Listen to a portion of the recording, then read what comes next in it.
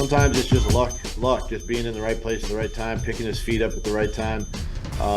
He's obviously he's very he's long, he's tall, and very flexible as you imagine. The one last night looked worse than it really was. Very fortunate there, but he seems to have a little bit of a knack. But I just think that for the most part, just been fortunate. Welcome into Jags A.M. presented by Jet HomeLoans today. I'm Kainani Stevens, Brian Sexton, John Oehser with me today. That's your head coach Doug Peterson talking about Trevor Lawrence's injury. It's a high ankle sprain, but as described yesterday, fortunate it is not worse than they originally suspected. That's our big thing today. Of course, Trevor Lawrence has to be big thing number one for us as we look forward to what this team is going to look like going forward. They have not ruled him out for the game against Cleveland, but Doug Peterson did say he wants Trevor to feel 100% before he gets back out there. I want to make sure that Trevor's 100%, before I put him or any player back on the field. It's just a matter of their, as a player too, is the tolerance that they can withstand with any injury. And you just don't want to risk if the player is not in any harm or could risk further damage to the area, then you have to consider it. But definitely don't want to risk further injury. So they have not ruled him out for that Browns game, Brian, but also they want him to get back to 100% before they play him. So what exactly are we looking at this week? Guy, I think it's simple. If he can play on Sunday in Cleveland, he's Superman, right? I mean, I was stunned at the video of him walking down the hallway that Monday Night Football used, and he was, with every painful step, grimacing. High ankle sprains have long been a part of life in the NFL, and they have long been a 3 to 6 week injury. Quarterbacks can generally tape it up a little bit. But we've seen what mobility means, John, to him in his game. And then here's the other thing. I mean, you're talking about a quarterback. You want to be your guy for the next 15 to 18 years. You always have to make the smart decision when it comes to him. So from my perspective, if he plays on Sunday, I would be not surprised. I would be shocked. And that's only because I just can't see how a guy like that can play in just a week's time on that injury, less than a week's time. Yeah, I mean, he's done some superhuman things. He was sort of superhuman in New Orleans, but this would be sort of superhuman, I guess. High ankle sprains, as you said, 3 to 6 weeks. Maybe they tape it up. I kind of doubt it. I think Doug Peterson has his heaviest lift right now, trying to get this team back up, trying to get the troops rallied, if you will, whatever that cliche is. And I don't expect Trevor to play, and that makes this week's game against Cleveland to me fascinating, ginormous, whatever that word is. Well, if you want to look just ahead 1 week, I don't want him to play if he can't protect himself against Myles Garrett, right? The next week, here come the Baltimore Ravens with a defense that has 43 or 44 sacks, and there's still a quarter of the season to play. So you got to make sure that he can protect himself from some of these guys who will be headhunting a quarterback they know isn't quite as mobile. And we'll get to it a little bit later on the show, but there's injuries across the offensive line as well, which you have to bring up because they have to protect him, and if he can't protect himself, that's something to think about as well. Our second big thing today is talk that talk, because miscommunication has been a problem on the defense, and we saw a lot of that yesterday. Barring the injuries, the other big thing that stood out was a lot of the issues on defense on a team that has played well on defense all year long. So Doug talked a little bit post-game about what was going on the field. If you're on the field and the crowd, as loud as they are when we're on defense, we have to reiterate communication. And that's all it is. It's just double checking with everybody. It's not communication issues. It's just being able to communicate the calls effectively. So there's a lot of talk that has to go back and forth because of the way the crowd was great today, and that's what you want. And it does kind of, put your defense in a little bit of a bind because of that. John, Doug was a little short with the media after the postgame yesterday. I don't blame him for that. Is there miscommunication issues, or are they not miscommunication Well, I think issues? this was a little misconstrued after Doug said it. He was trying to answer a question about why it looked like the defense was having trouble communicating before the snap. That's how I interpret it. And he was trying to explain, I think, that when it's loud, it looks like there's miscommunication because the defense is trying to talk to each other for the play. He was sort of criticized by some fans for criticizing the fans. I didn't get the idea that he was criticizing the fans for being loud at all. I think this was a case where he was trying to answer a question, and sometimes when you're answering a question and trying to explain things in this soundbite era, people try to take it and make it something it's not. Now, that being said, the defense didn't play well, but I thought the communication was going on during the play. A lot of bad run fits, and they got blown off the ball a lot. It was a bad defensive game against the run for a team that's played great against the run most of the season. Yeah, honestly, I got the sense, and this is just a feeling, that he was mad. He was mad standing there, mad at his defense, that they weren't doing the things that they had done all season long, and his comments were meant to temper it. He absolutely did not criticize the fans. He went out of his way to make sure that he said they were great. The defensive coordinator is going to talk this week, and the question is a painful one for him, but it goes something like this. How is it that your defense, which has had some communication issues and has talked about working on them throughout the year, how is it that communication was a problem for you guys, but not for the quarterback making only a second start, his first away from home, and on Monday night in that environment? How is it not a problem for him? That's the question that has to get answered, because, John, we've frankly talked about communication issues and big plays being given up on the field at various points throughout the year. The offense was able to overcome it and help the defense out. The defense got takeaways to help the offense out. But the other night, neither side of the ball was working very well, and communication became the flashpoint. Yeah, I thought the offense actually did okay in that game. I was, again, shocked at the inability to stop the run of a team that hadn't run very well. That's more detailed communication. People don't think about that being communication as much as the back end.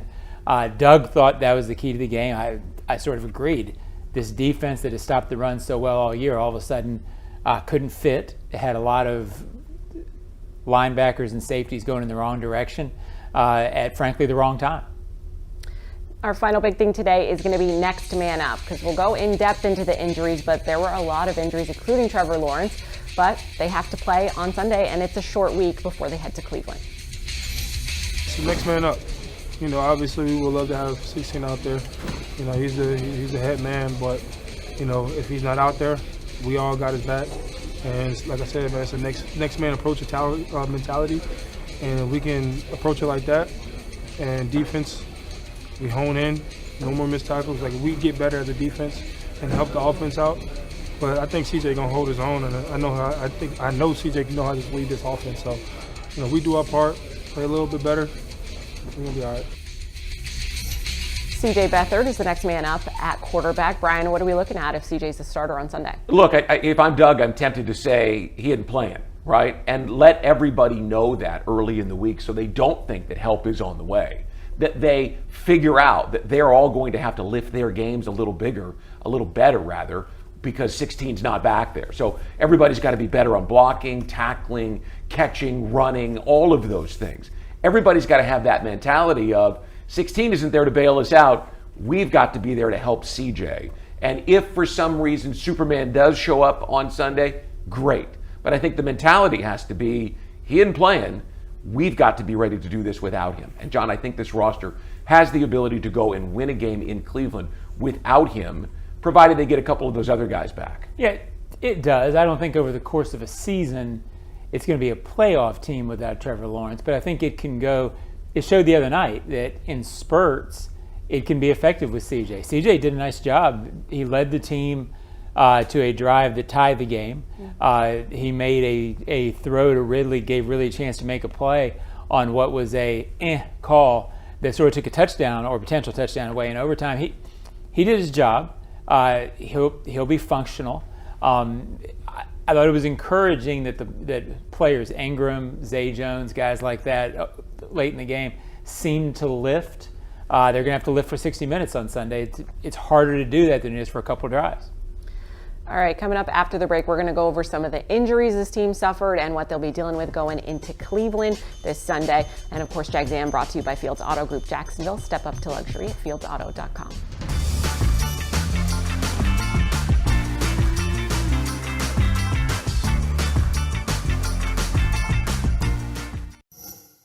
Since 2014, there's been only one official home builder of the Jaguars.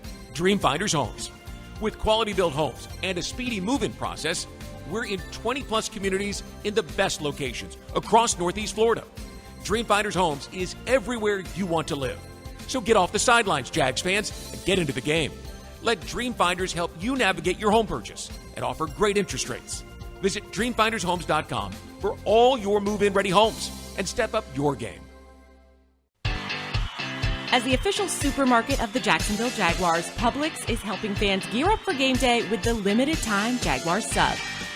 Piled high with hot deli chicken tenders, boar's head bacon, cheddar cheese, coleslaw, and barbecue mayonnaise on a white sub roll.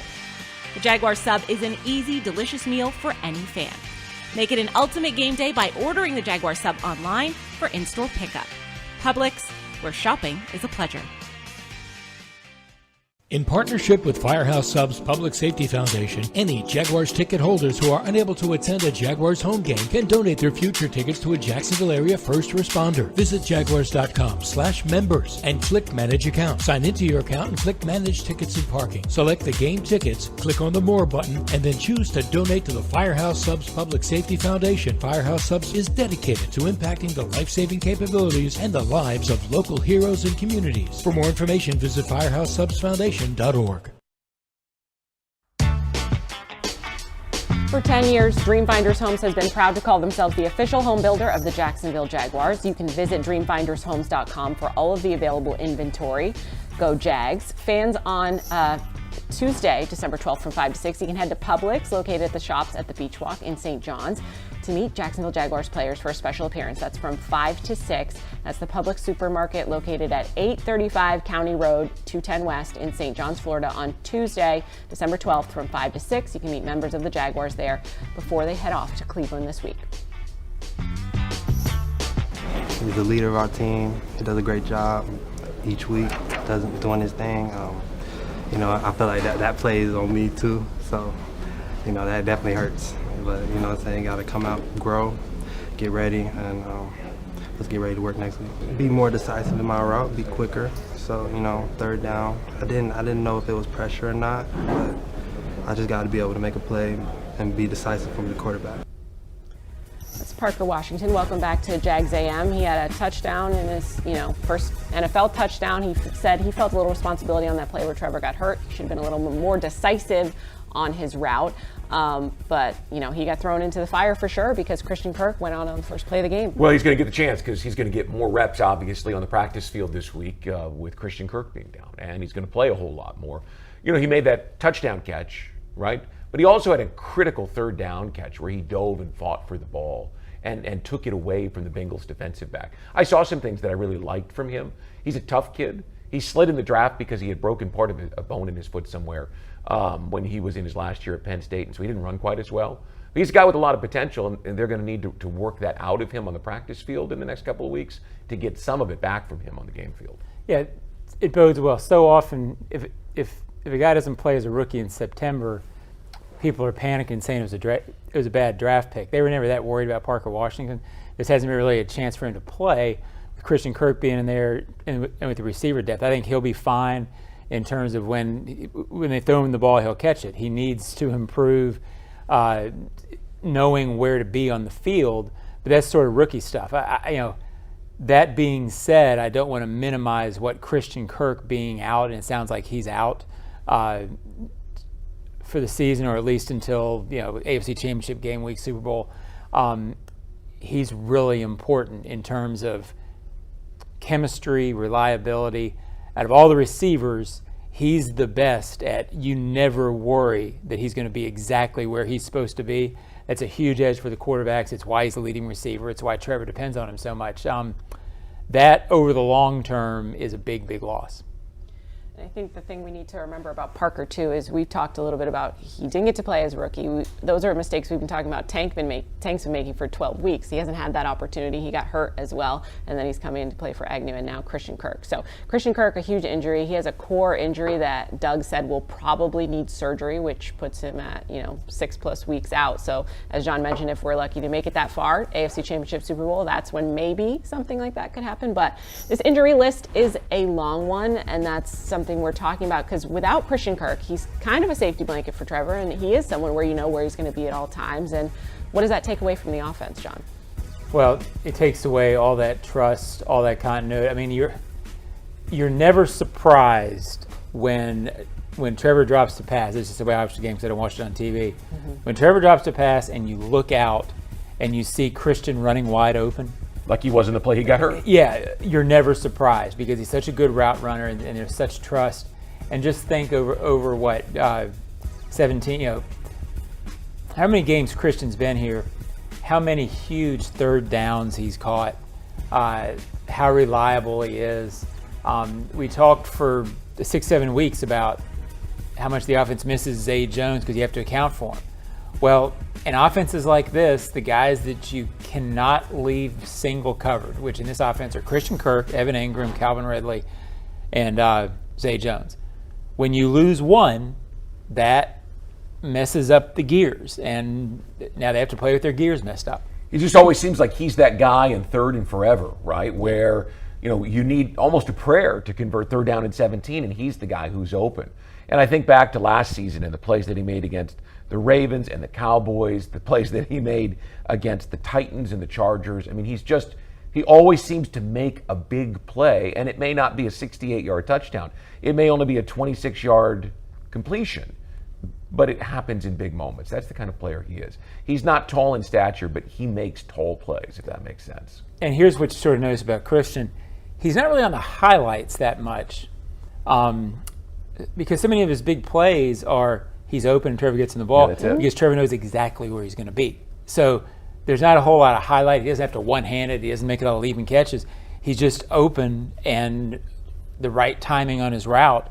He makes it look easy and subtle, and you don't think about it that much. But how many big plays?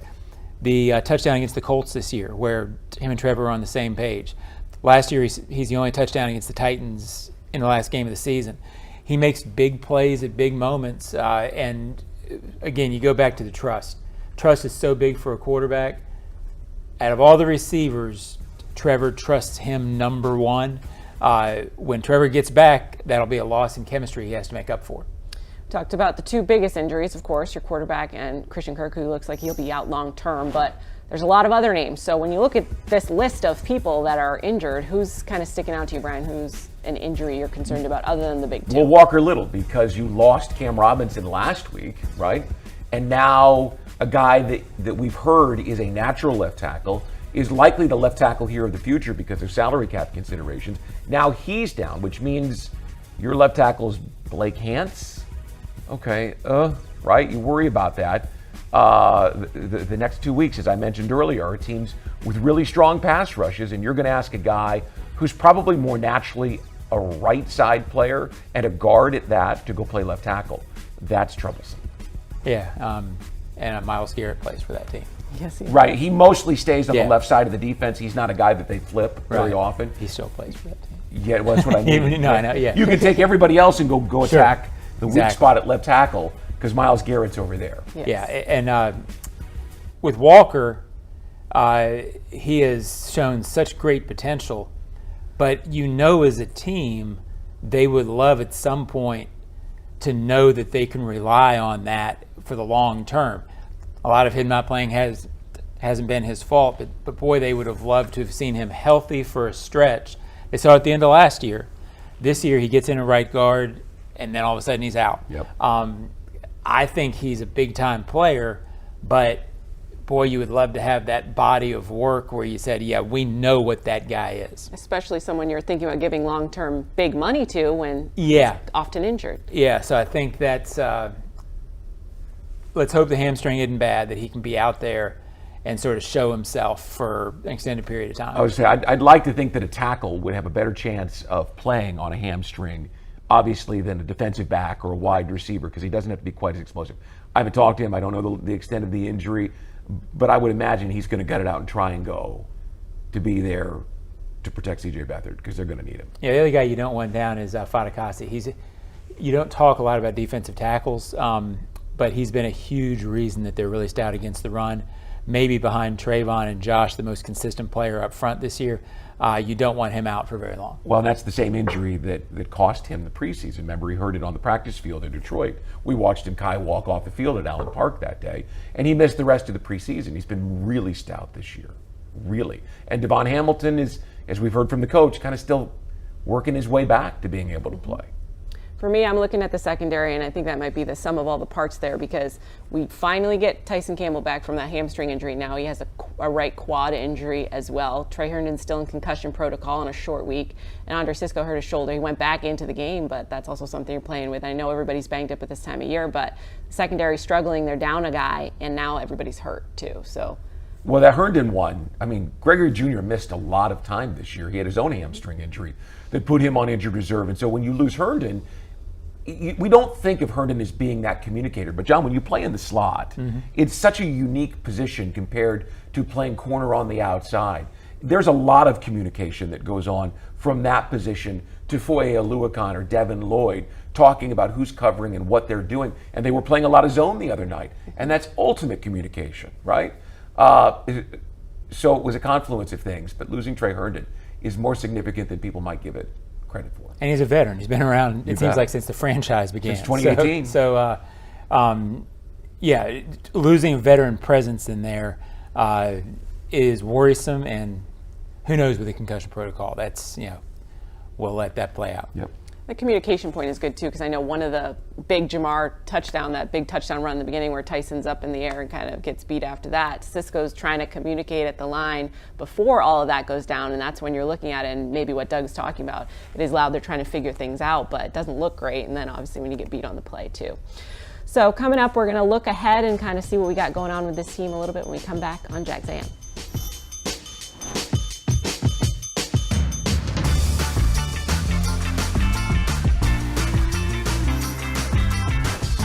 Since 2014, there's been only one official home builder of the Jaguars, Dreamfinders Homes. With quality-built homes and a speedy move-in process, we're in 20-plus communities in the best locations across Northeast Florida. Dreamfinders Homes is everywhere you want to live. So get off the sidelines, Jags fans, and get into the game. Let Dreamfinders help you navigate your home purchase and offer great interest rates. Visit DreamfindersHomes.com for all your move-in ready homes and step up your game. Hey Jags Nation, it's Andre Sisco, safety of your Jacksonville Jaguars, here to talk to you about Luray Peanut Company. Luray is bringing something to the market that has never been done before, microwavable boiled peanuts.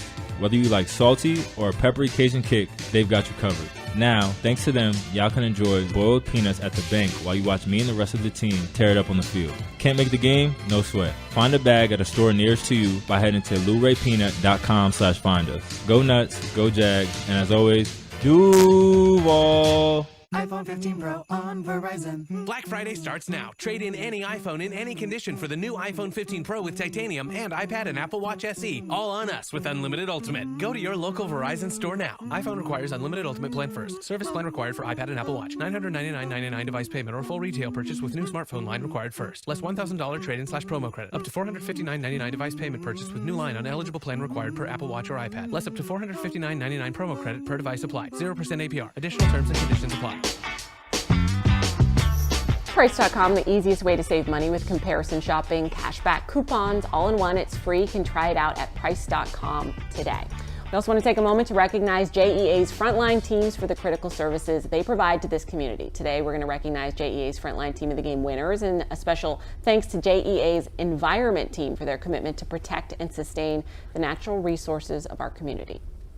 This or that. Welcome back into Jags A.M. here in the Hyundai Studios. We're going to do a little this or that. We're doing a little bit different. We're going to have a kind of a group conversation here today and a little bit of what if, because this team is not healthy right now, but if they were healthy, do we think this is one of the best teams in the AFC? We're talking going into Monday Night Football, they're up for that number 1 seed.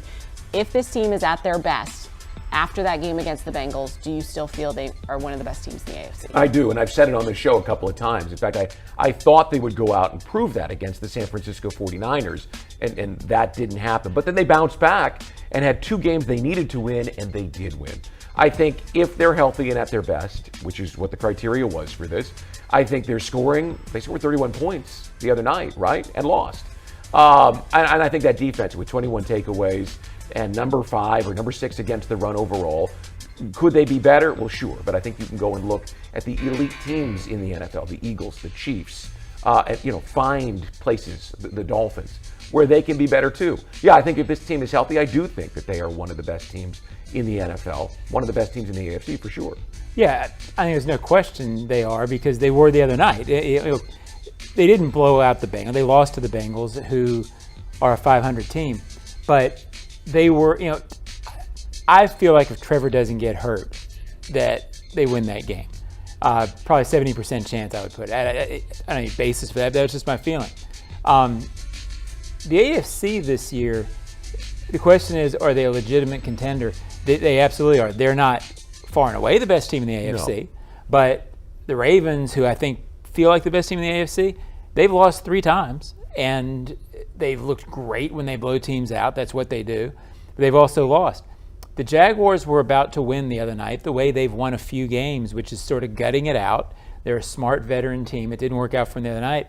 I think also remember, they swept the Colts. Everybody sleeps on the Colts, but without that sweep, the Colts are 9-3 and winning this thing.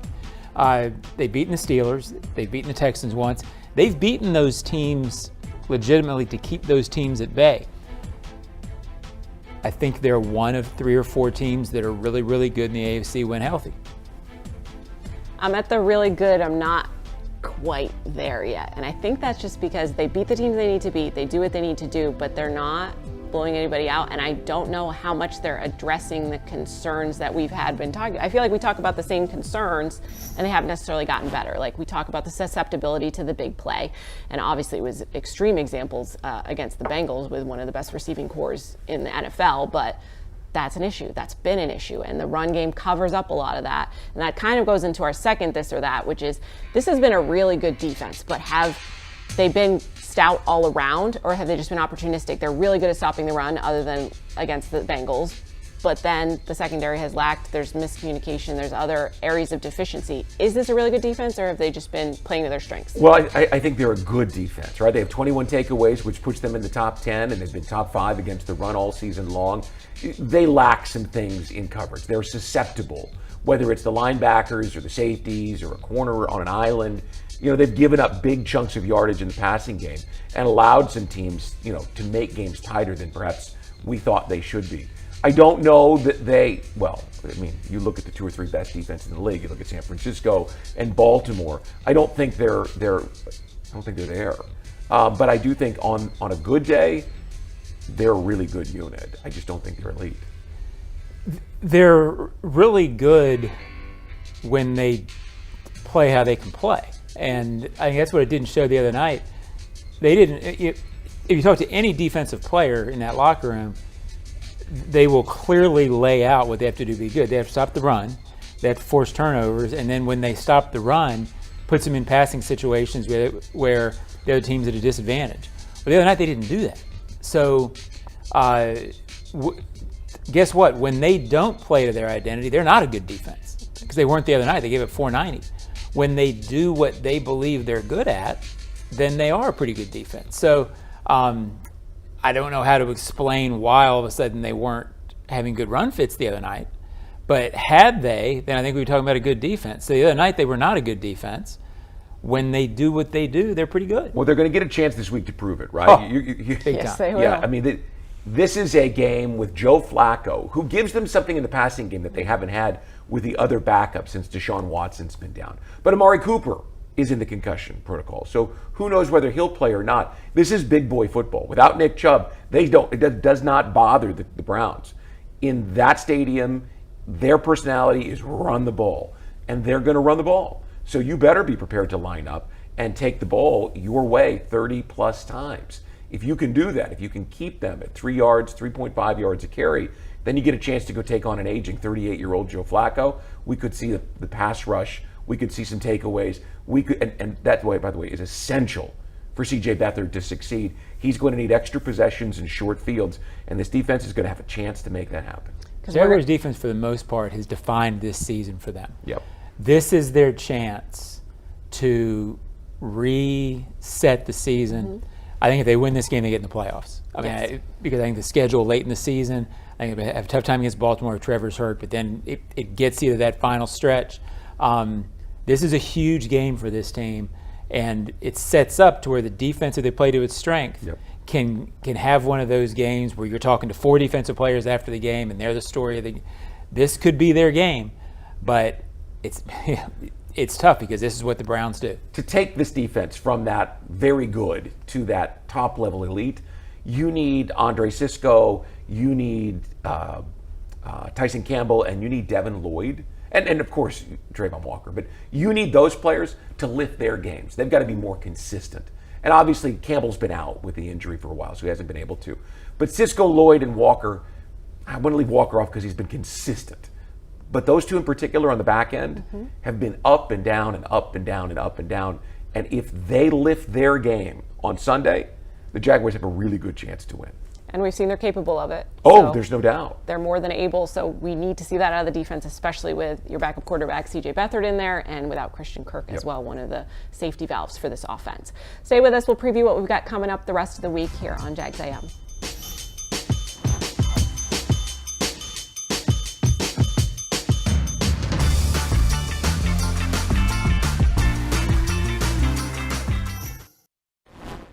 Since 2014, there's been only one official home builder of the Jaguars, Dreamfinders Homes. With quality-built homes and a speedy move-in process, we're in 20-plus communities in the best locations across Northeast Florida. Dreamfinders Homes is everywhere you want to live. So get off the sidelines, Jags fans, and get into the game. Let Dreamfinders help you navigate your home purchase and offer great interest rates. Visit dreamfindershomes.com for all your move-in ready homes and step up your game. Have you noticed? It's raining a lot in our area lately. That means you can give your sprinklers a break and save some money in the process. Lawns only need water up to twice a week, and that can come from rain.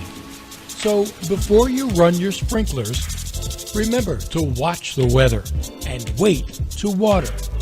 For more information, visit waterlessflorida.com. Crown Royal's That Deserves a Crown program recognizes local heroes for making a positive impact in the community. The Jaguars and Crown Royal are giving back to those who served this season, celebrating these individuals with the ultimate VIP Jaguars home game experience. Nominate someone who deserves a crown today at jaguars.com/Crown Royal promotion. Please drink responsibly.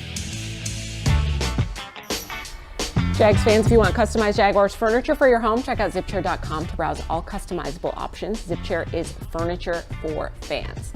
We also want to take a moment now for our Florida Lottery High School Scholar Athlete of the Month. Christian Socha,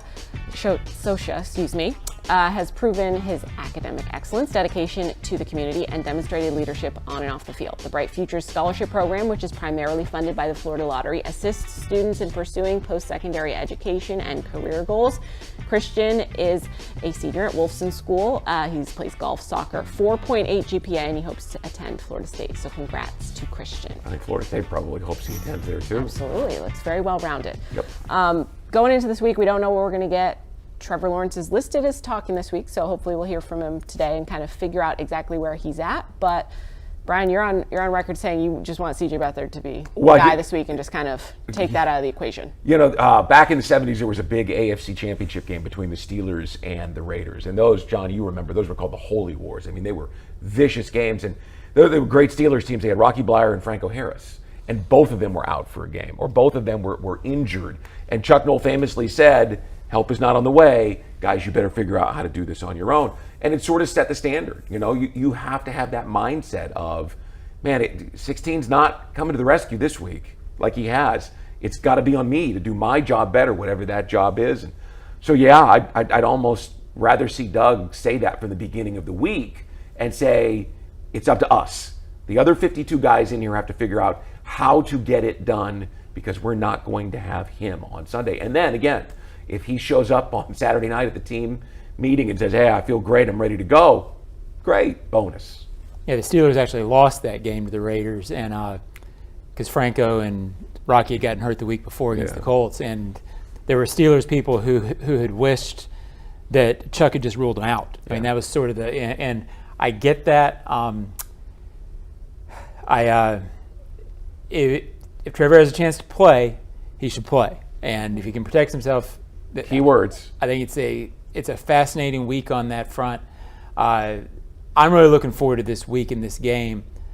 It's easy to say in the NFL, well, this game's going to show a lot about this team.